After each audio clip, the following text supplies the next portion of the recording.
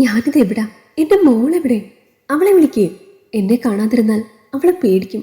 ഒന്ന് കഴിച്ചു കാണില്ല പാവം.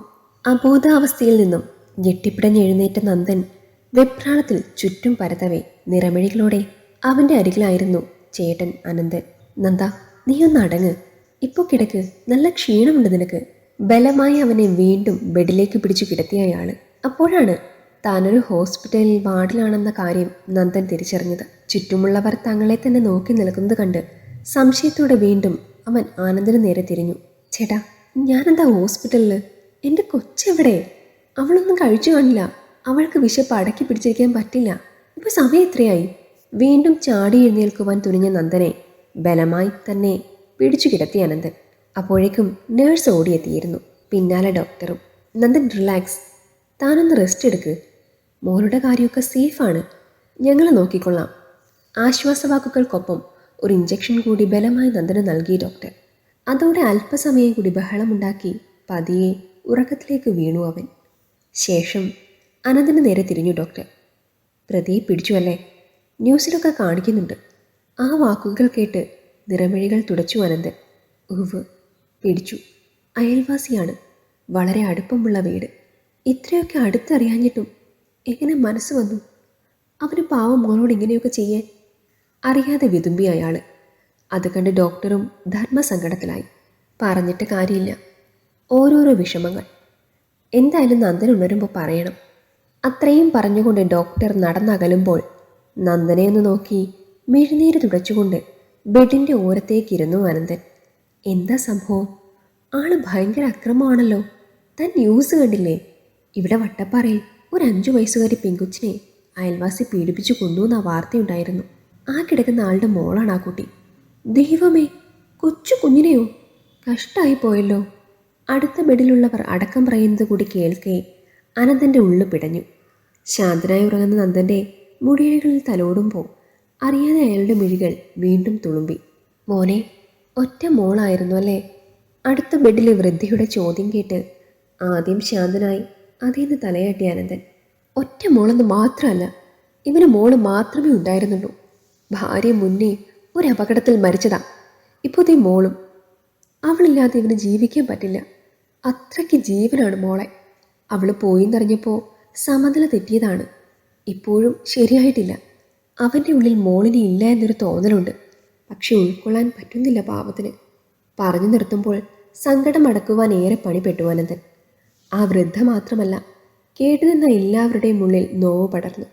അപ്പോഴേക്കും അനന്തൻ്റെ ഭാര്യ ഇന്ദുവും അവിടേക്കെത്തി. ഏട്ടാ, മോളുടെ പോസ്റ്റ്മോർട്ടം കഴിഞ്ഞു. ഇനിയിപ്പോൾ വീട്ടിലേക്ക് പൂർണ്ണമായി പറയുവാൻ അവൾക്കും കഴിയുമായിരുന്നില്ല. നിറഞ്ഞു തുളുമ്പിയ മിഴികൾ സാരിത്തുപ്പിനാൽ തുടച്ചു ഇന്ദു. ഇവൻ്റെ ഈ അവസ്ഥയിൽ എങ്ങനെ ഇന്ദു? എനിക്കറിയില്ല എന്ത് ചെയ്യണമെന്ന്. അനന്തൻ വീണ്ടും മുഖം പൊത്തി കരയവേ എന്ത് പറഞ്ഞ് ആശ്വസിപ്പിക്കുമെന്നറിയാതെ കുഴഞ്ഞു ഇന്ദുവും. ഏട്ടാ, ഇങ്ങനെ വിഷമിക്കാതെ. നന്ദൻ ആശ്വാസം പകരേണ്ടത് ഏട്ടനാണ്. ശരിയാണ്, മോള് നമുക്ക് ജീവനായിരുന്നു. പക്ഷെ എന്ത് ചെയ്യാനാ? വിധി അതങ്ങനെയായിപ്പോയി. അല്ലാതെ ഇനിയിപ്പോൾ എന്ത് പറയാൻ? ആശ്വാസവാക്കുകളായിരുന്നുവെങ്കിലും നോവിൽ മുങ്ങിപ്പോയി അത്. അപ്പോഴേക്കും 1-2 ബന്ധുക്കളും കൂടി എത്തി. അനന്തേട്ടാ, മോളുടെ ബോഡി നമുക്ക് വീട്ടിലേക്ക് കൊണ്ടുപോകാം. ഇനി ഇവിടെ ഇങ്ങനെ വെക്കാൻ പറ്റില്ലെന്നാ ഹോസ്പിറ്റലുകാർ പറയുന്നത്. നന്ദന ഓക്കെ ആകുമ്പോൾ നിങ്ങൾ അവനുമായി വീട്ടിലേക്ക് വാ, അതാകും നല്ലത്. അടുത്ത ബന്ധുമായ സന്തോഷ് പറഞ്ഞത് കേട്ട് വീണ്ടും തലയാട്ടി അനന്തൻ. അങ്ങനെ ചെയ്യ് സന്തോഷേ, ഞങ്ങൾ എത്തിക്കൊള്ളാം. ഇന്ദു ഇടയ്ക്ക് കയറി പറഞ്ഞതോടെ മൗനമായി തിരിഞ്ഞു നടന്നു സന്തോഷ്. എന്നാൽ അല്പം മുന്നിലേക്ക് ചെന്ന് വീണ്ടും ഒന്ന് നിന്നവൻ. ശേഷം പതിയെ തിരിഞ്ഞു. ആ നാറിക്കിട്ട് നല്ലത് കൊടുത്തിട്ടുണ്ട് നാട്ടുകാർ. പോലീസുകാരും ചെറുതായൊന്ന് കണ്ണടച്ചു. ഇതുകൊണ്ടൊന്നും തീരില്ല. ഒത്തു കിട്ടിയാൽ തീർത്തു കളയും നാറിയെ. ആ വാക്കുകളിലെറിഞ്ഞ പക മനസ്സിലാക്കവേ പതിയെ മുന്നിലേക്ക് ചെന്നു ഇന്ദു. സന്തോഷേ, ഇപ്പോൾ ഒന്നും വേണ്ട. നമ്മുടെ മോള് അവൾ അവിടെ കിടക്കുക. ചടങ്ങുകൾ തീർത്ത് വേഗം അമ്മയുടെ അടുത്തേക്ക് പറഞ്ഞു വിടണം കുഞ്ഞിനെ. ആ വാക്കുകളിലെ നോവ് തിരിച്ചറിയവേ പിന്നെ ഒന്നും മിണ്ടാതെ പതിയെ നടന്നകന്നു സന്തോഷ്. ഒക്കെയും കേട്ട് മൗനമായി ഇരുന്നു സന്തോഷ്. അവൻ തകർന്നിരിക്കുന്നത് കൊണ്ട് തന്നെ ഉള്ളിലെ വേദന മറച്ച് ധൈര്യം സംഭരിച്ചു കാര്യങ്ങളെല്ലാം നോക്കിയത് ഇന്ദുവാണ്. ഇടയ്ക്ക് സങ്കടം സഹിക്കാൻ വയ്യാണ്ടാകുമ്പോൾ ആരും കാണാതെ മാറി നിന്ന് കരഞ്ഞു അവൾ. നന്ദൻ്റെ മകൾ വീട്ടിൽ മാത്രമല്ല, നാട്ടുകാർക്കും ഏറെ പ്രിയങ്കരിയായിരുന്നു.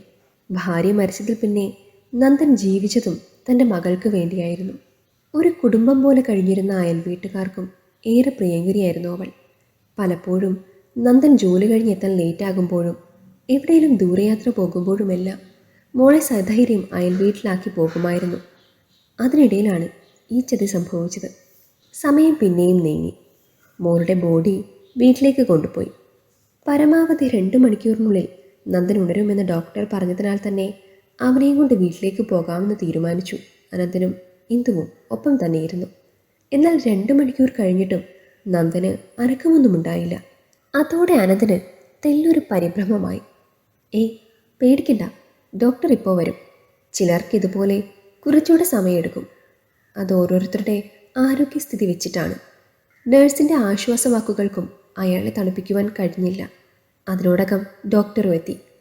ഡോക്ടർ, 3 മണിക്കൂറോളാകുന്നു. എന്താ നന്ദൻ ഉണരാത്തത്? ഡോക്ടറിനെ കണ്ടപാടെ ഓടി അടുത്തു അനന്തൻ.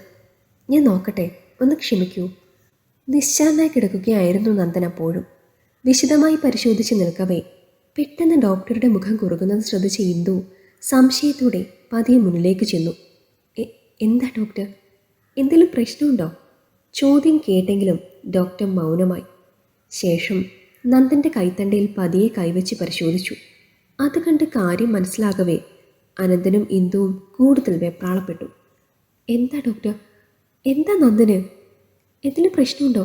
ഒന്ന് പറയേ. സഹിക്കിട്ട് അനന്തൻ വീണ്ടും ചോദിക്കവേ പതിയെ അവൻ്റെ ചുമലിലേക്ക് കൈവച്ചു ആ doctor. Ananthan, I am sorry, ആള് പോയി. സൈലൻ്റ് അറ്റാക്കായിരുന്നു. കേട്ടത് വിശ്വസിക്കാൻ കഴിയാതെ പിന്നിലേക്ക് വേച്ചുപോയി അനന്തൻ. ഞെട്ടലോടെ തന്നെ നോക്കി നിന്നു ഇന്ദുവും. മരിച്ചോ? അടുത്ത ബെഡിലുള്ളവരും അറിയാതെ മൂക്കത്ത് വിരൽ വെച്ചു പോയി. ഡോക്ടർ, എന്തായി പറയുന്നേ? ഒന്നുകൂടെ നീ നോക്കുവോ?